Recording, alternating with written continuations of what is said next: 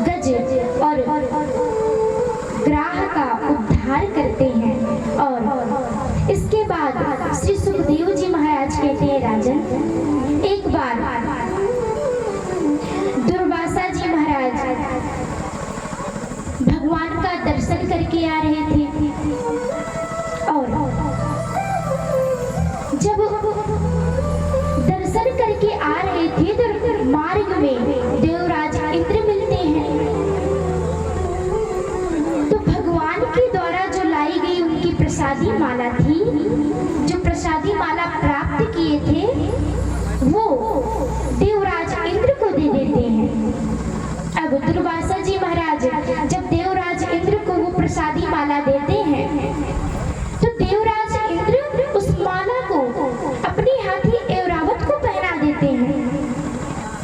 थोड़ी देर बाद ऐरावत माला को उतारती है और अपने चरणों से उसे कुचल देती है। जब दुर्वासा जी ने इस दृश्य को देखा, दुर्वासा जी क्रोधित हो जाते हैं और क्रोध में आकर के श्राप देते हैं कि इंद्र, तुम स्वर्ग की पदवी को पाकर के भगवान के द्वारा दी गई प्रसादी माला का तिरस्कार कर रहे हो। जाओ, मैं तुम्हें श्राप देता हूँ कि तुम शीघ्र ही श्रीहीन हो जाओगे।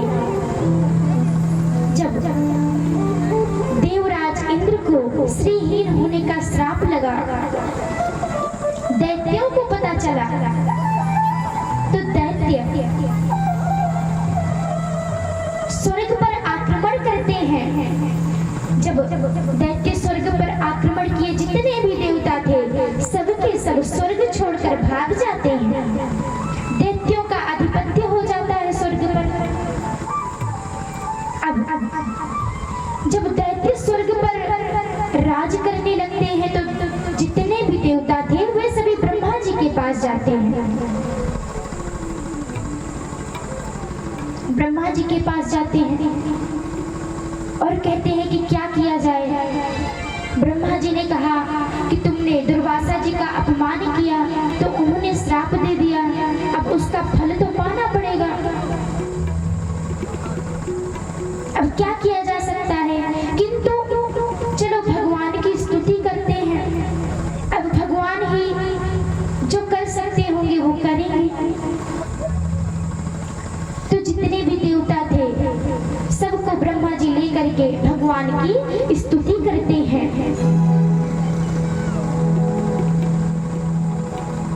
स्तुति करते हैं, भगवान प्रकट होते हैं। जो कोटि सूर्य समप्रभा, हजारों सूर्य के जैसे जो दीप्यमान हो रहे हैं, वे भगवान प्रकट होते हैं। और प्रकट होकर के देवताओं से कहते हैं कि देवताओं, यदि तुम्हें स्वर्ग पुनः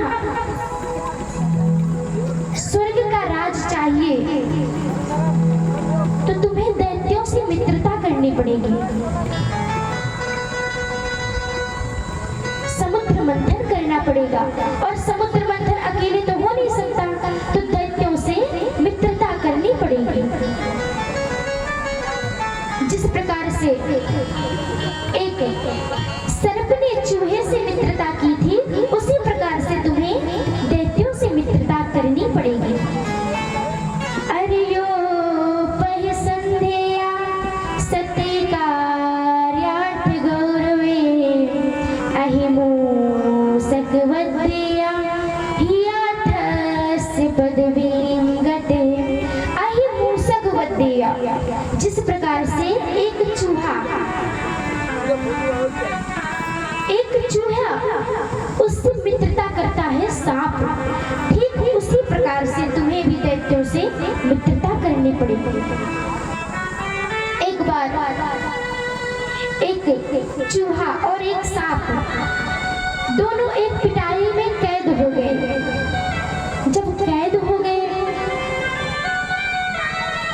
तो महाराज सर्प विचार करता है कि अब यहाँ से बाहर कैसे जाया जाए।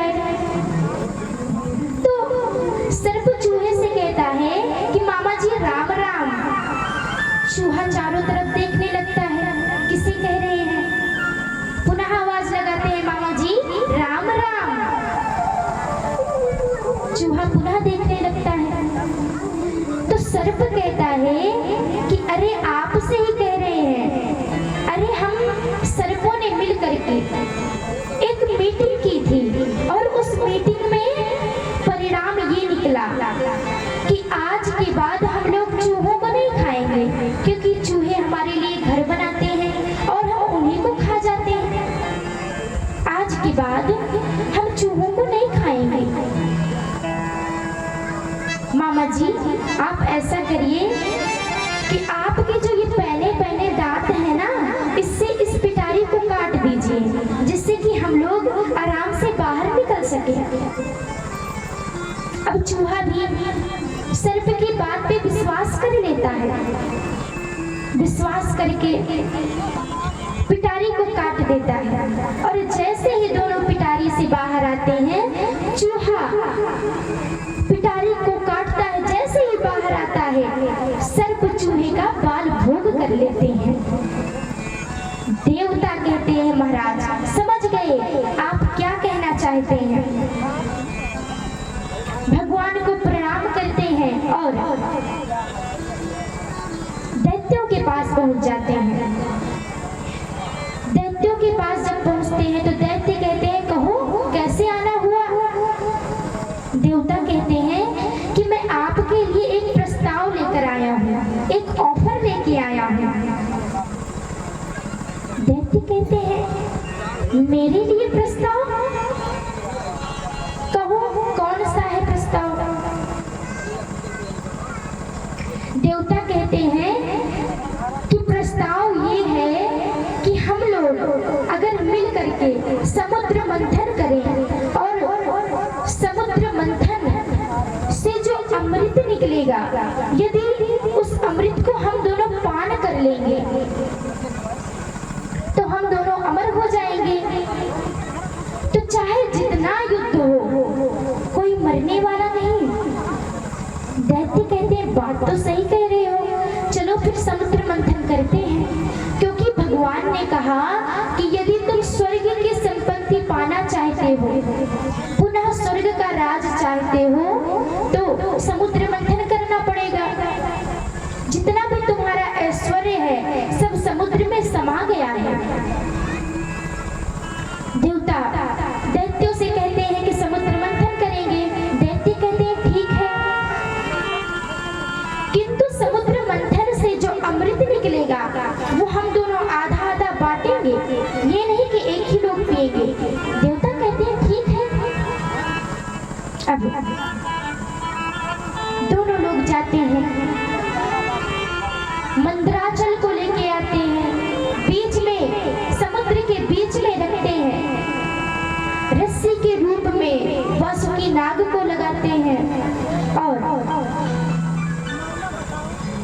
उसी समय भगवान कहते हैं कि देवताओं, तुम लोग उच्च कुल में पैदा हुए हो, तुम लोग मुख की तरफ लग जाओ, वासुकी नाग के मुख की तरफ लग जाओ, और दैत्यों तुम लोग पूंछ की तरफ लग जाओ। देवता कहते हैं, प्रभु आप ये क्या कह रहे हो? अगर हम लोग मुख की तरफ लगेंगे तो जो विष निकलेगा, जब वासुकी नाग को खींचा जाएगा, मैं अपनी तरफ खींचूंगा, दैत्य अपनी तरफ खींचेंगे, तो जो विष निकलेगा उससे तो हम लोग जल जाएंगे। भगवान कहते हैं कि देखो जैसा कह रहा हूं ना वैसा करो। भगवान जोर जोर से कहते हैं कि तुम लोग मुख की तरफ लग जाओ, उच्च कुल में पैदा हुए हो। दैत्य कहते हैं कि मुख की तरफ लगेंगे तो हम ही, अरे हम कोई नीचे कुल में थोड़ी ना पैदा हुए हैं। जैसे ही दैत्यों ने ये कहा तो भगवान कहते हैं कि ठीक है, तुम लोग मुख की तरफ लग जाओ, देवताओं तुम लोग पूंछ की तरफ लग जाओ। देवता भगवान को प्रणाम करते हैं और कहते हैं, प्रभु आपकी माया कोई जान नहीं सकता, आप कब क्या करें कोई नहीं जान सकता। आपने कहा कि मुख की तरफ लग जाओ, हम लोग तो सोच में पड़ गए कि हम लोग तो अब जल जाएंगे। जाएंगे, जो विष निकलेगा उससे तो हम लोग मर जाएंगे। किंतु हमें नहीं पता था कि आप जब इस प्रकार कहेंगे तो दैत्यों को लगेगा कि हम नीचे कुल में पैदा हुए हैं। तो दैत्य कहते हैं कि हम उच्च कुल में पैदा हुए हैं, हम मुख की तरफ लगेंगे। भगवान कहते हैं ठीक है, अब जितने भी देवता थे वे सभी पूंछ की तरफ लगते हैं, दैत्य मुख की तरफ लगते हैं। और भगवान गणेश जी का ध्यान नहीं करते हैं तो मंदराचल डूबने लगता है। समुद्र मंथन प्रारंभ होता है तो मंदराचल डूबने लगता है। भगवान कच्छप का रूप धारण करते हैं और अपने पीठ पर मंदराचल को धारण करते हैं। कृत्वा वपु कच्छप मद्भुतम महत, कच्छप के रूप में भगवान जन्म लेते हैं। बोल कच्छप भगवान की। अब समुद्र मंथन प्रारंभ होता है। जब वासुकी नाग को घसीटा जाता, खींचा जाता, तो वासुकी नाग जब गरम गरम श्वास छोड़ता तो उससे सभी दैत्य झुलसने लगे। आधे से ज्यादा दैत्य तो जो गरम गरम श्वास पड़ती उसी से झुलस कर समाप्त हो गए। समुद्र मंथन में सर्वप्रथम कालकूट का विष निकलता है। देवता कहते हैं कि विष को इकट्ठा करो और भोलेनाथ की शरण में चलो। सभी मिल करके विष को इकट्ठा करते हैं और भोलेनाथ की शरण में जाते हैं और कहते हैं देव देव महादेव भूतात्मन भूत भावनः त्राहिणा शरणापन्ना त्रैलोक्य दहनात् विसार। देवता कहते हैं हे देवादिदेव महादेव, आप हम सबकी रक्षा करिए, नहीं तो ये जो कालकूट का विष है ये हम सबको जलाकर भस्म कर देगा। कृपा करिए इस विष को आप ग्रहण करिए। भगवान भोलेनाथ माता पार्वती जी से कहते हैं कि देवी, देवता तो हमें विष पिलाने आए हैं, कहो तुम्हारी क्या राय है, मैं विष का पान कर लूं? अब माता पार्वती जी कहती हैं कि प्रभु जिसमें संसार का कल्याण हो आप वही कार्य करिए। भगवान कहते हैं इसका मतलब मैं विष का पान कर लूं? माता पार्वती कहती हैं प्रभु कौन ऐसी पतिव्रता स्त्री होगी जो अपने पति से कहेगी कि आप विष का पान कर लो। भगवान भोलेनाथ प्रसन्न हो जाते हैं और देवताओं से कहते हैं कि देवताओं लाओ विष। ततः कर्तलीकृत्यं व्यापिहालाहलं विषम। देवताओं विष लाओ। भगवान अंजलि बनाते हैं और देवता विष को पान कराना प्रारंभ करते हैं। किंतु भोलेनाथ विचार करते हैं कि हमारे हृदय में राघव विराजमान है और यदि ये विष अंदर जाएगा तो हमारे प्रभु को कष्ट होगा। इसीलिए रा कहकर मुख को खोलते हैं और माँ कहकर बंद कर लेते हैं। तुलसी रा के कहत ही निकसत पाप पहाड़, फिर आवन पावन नहीं देत मकार की वार। रा कह के मुख को खोलते हैं और माँ कह के बंद कर लेते हैं। जो विष था उसको अपने कंठ में ही धारण कर लेते हैं। इसलिए भगवान भोलेनाथ का कंठ नीला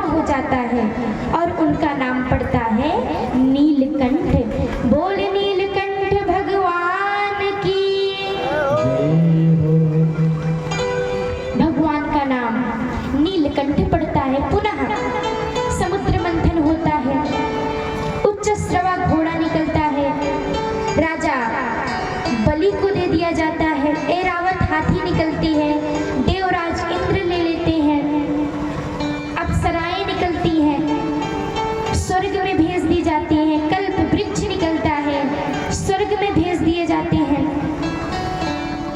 कौस्तुभ मणि निकलती है, भगवान के वक्ष स्थल पर विराजमान कर देते हैं, चंद्रमा निकलता है, भगवान भोलेनाथ के मस्तक पर विराजमान कर देते हैं। और इस बार ततश्चा बिरभू साक्षात श्री रमा भगवत्परा रंजयन्ती दिशः कांता विद्युत सौदामणि यथः। इस बार साक्षात लक्ष्मी जी प्रकट हो जाती हैं। अब लक्ष्मी जी को पाने के लिए सबके सब तैयार हो जाते हैं।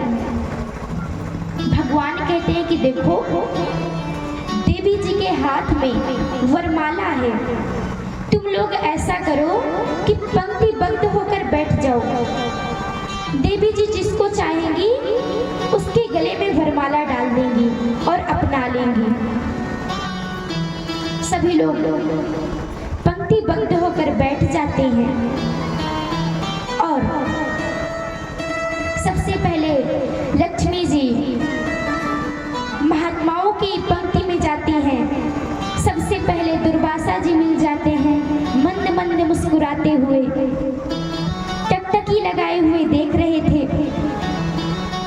लक्ष्मी जी विचार करती हैं, ज्ञानी हैं, तपस्वी हैं, किंतु क्रोधी बहुत हैं, नाक पर गुस्सा बैठी रहते हैं, मेरे लायक नहीं।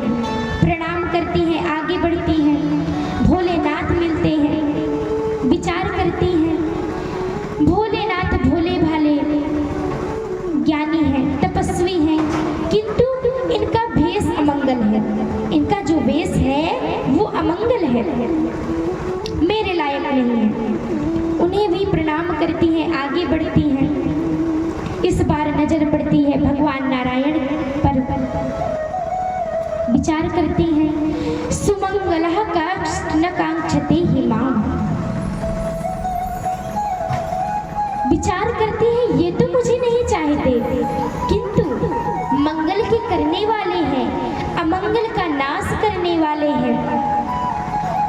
तो माता लक्ष्मी जी वरमाला को ले जा करके भगवान नारायण के गले में डाल देती हैं और इस प्रकार से भगवान नारायण का लक्ष्मी जी के साथ में विवाह होता है। बोले लक्ष्मी नारायण भगवान की जय हो। पुनः समुद्र मंथन आरंभ होता है। इस बार धन्वंतरी भगवान अमृत का कलश लेकर के प्रकट हो जाते हैं। बोले धन्वंतरी भगवान की जय हो। जैसे ही धन्वंतरी भगवान कलश लेकर के प्रकट होते हैं तो जितने भी दैत्य थे वे सभी लोग कलश को छीन करके लेकर भागने लगते हैं। देवता ले गयो करते रह गए। अब भगवान की शरण में जाते हैं तो भगवान कहते हैं, देवताओं तुम घबराओ नहीं, जो मेरे भक्त होते हैं उनकी जो वस्तु चली जाती है मैं उसे भी लाकर उन्हें दे देता हूँ। भगवान मोहिनी का रूप धारण करते हैं और रूप धारण करके मटक मटक कर चलते जाते हैं। अब मोहिनी जी दैत्यों के पास में पहुंच जाती हैं। दैत्य देखते हैं कौन देवी जी है ये, कहते हैं कि कितने प्यारे प्यारे नेत्र हैं, कितने सुंदर घुंघराले बाल हैं, कितना सुंदर अनुपम सौंदर्य है। एक दैत्य कहता है, कहो देवी जी कहाँ जा रही हो, कुछ विवाह हुआ है कि नहीं? मोहिनी जी कहती है कि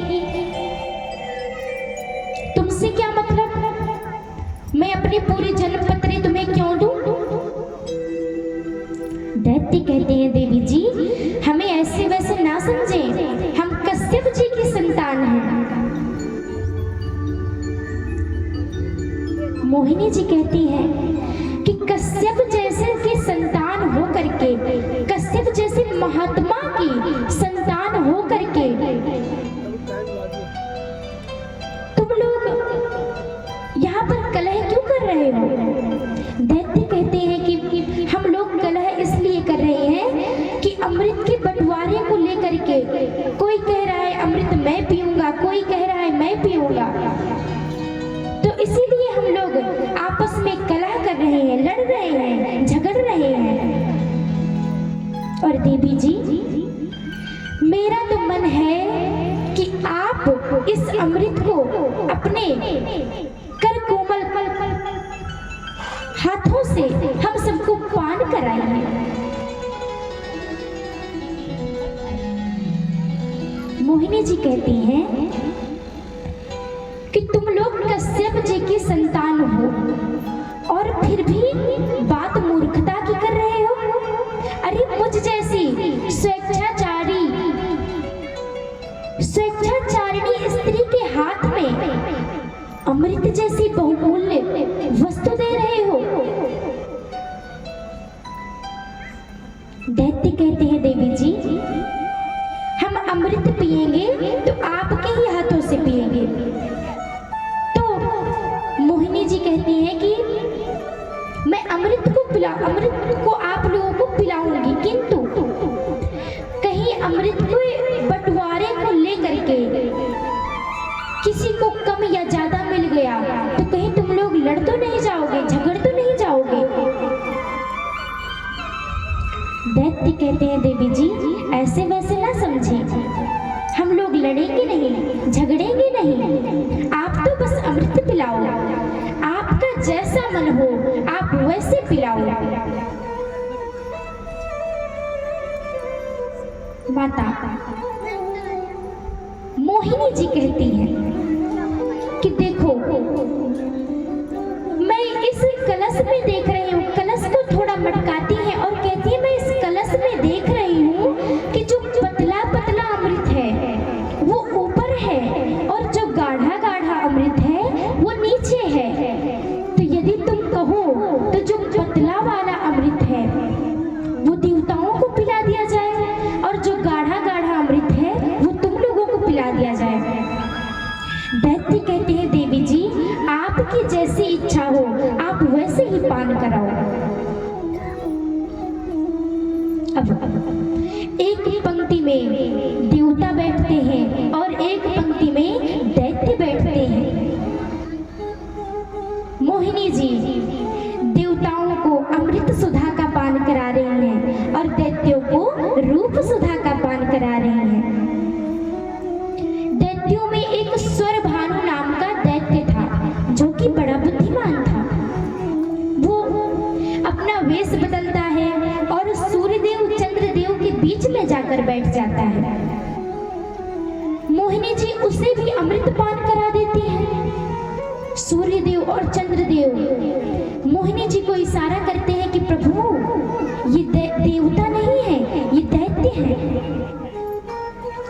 मोहिनी जी अपने रूप में आती हैं, चतुर्भुज रूप धारण करते हैं, भगवान के रूप में आते हैं और अपने सुदर्शन चक्र के द्वारा सुरभानु के सिर का छेदन कर देते हैं। किंतु तब तक तो अमृत ने अपना कार्य कर दिया था।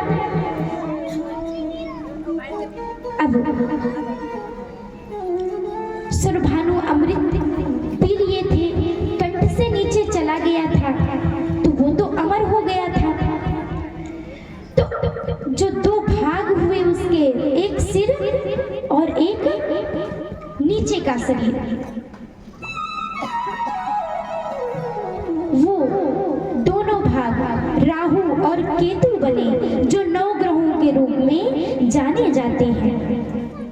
भगवान सिरक छेदन करते हैं और वहां से अंतर्ध्यान हो जाते हैं। दैत्य कहते हैं कि देवी जी कहाँ चली गई?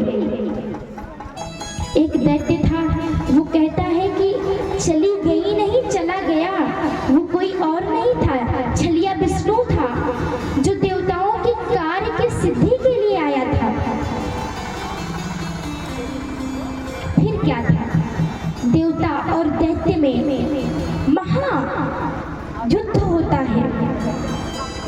जिसमें देवताओं को विजयश्री की प्राप्ति होती है और दैत्य सबके सब मारे जाते हैं। अब शुक्राचार्य जी जो दैत्य गुरु थे वे आते हैं और अपने मृत संजीवनी के प्रभाव से सभी दैत्यों को पुनर्जीवन प्रदान करते हैं। अब राजा बलि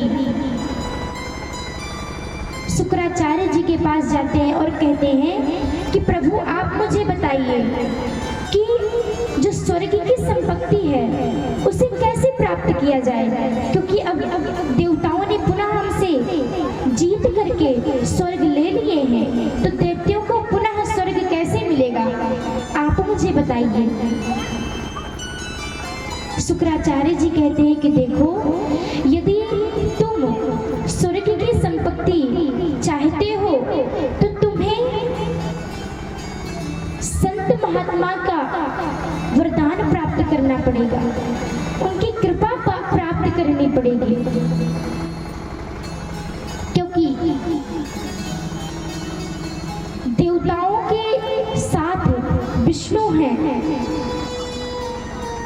और विष्णु ब्राह्मणों के अनन्य भक्त